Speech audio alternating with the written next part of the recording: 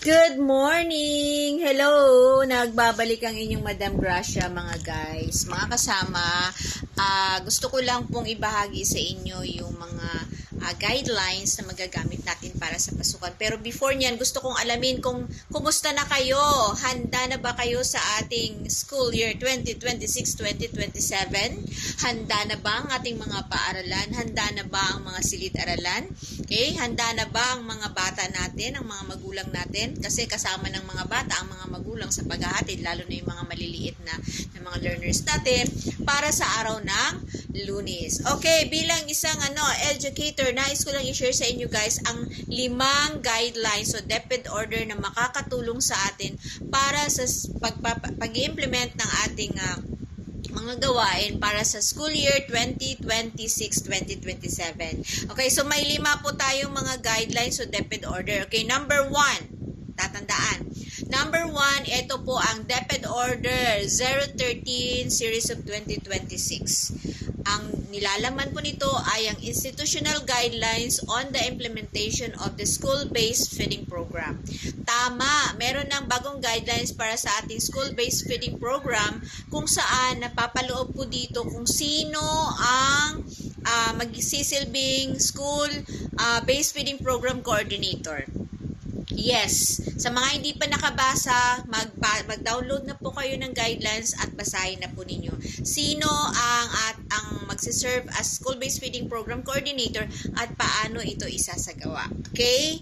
So, next number 2, DepEd order natin ay DO 014 Series of 2026. This is a guidelines on learning continuity in emergency. Kung naalala nyo, 2 weeks ago, nagkaroon po tayo ng orientation at huli na po kami sa Mimaropa sa lungsod ng Puerto Princesa o SDO-PPC na orient po ang mga kasamahan regarding sa 3-term.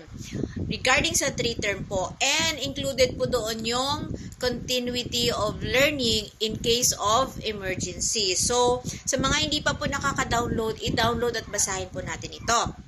Okay, next po.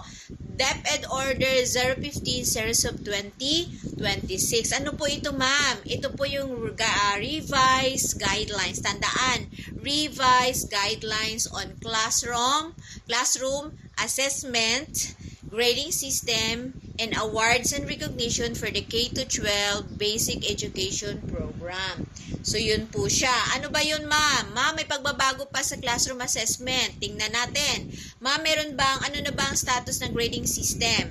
Sino-sino lang ang tatanggap ng awards and recognition in the K-12 Basic Education Program under DepEd Order 015 Series of 2026. And ma'am, yung mga school forms ba namin mababago din? So, pag nabasa nyo po yan, mga kasamaan kong school heads, sa mga master teachers and teachers, masigit po ninyong mauunawaan. Okay?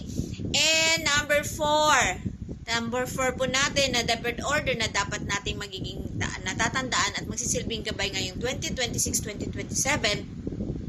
DepEd Order 016 Series of 2026. Ito po yung guidelines on lesson planning and learning design. So, ito na yung inaabangan ng ating mga kaguruan eh.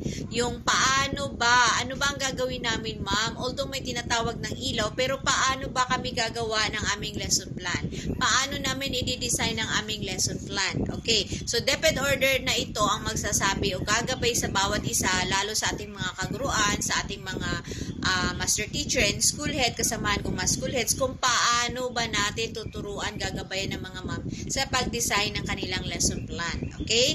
And paano yun i-implement in the classroom and school-based, di ba?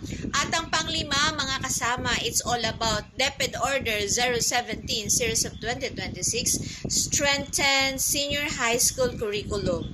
Ito ay para sa mga may senior high school lang. So, sa amin na nasa elementary, hindi na namin bibigyan ng masyadong pagbabasa or kasi hindi naman, wala po siya sa level namin. That's for short, wala po siya sa level namin. Okay, so ito po ulitin natin, new DepEd orders and guidelines na pwede nating maging gabay for school year 2026-2027. So first, DO 013 Series of 2026.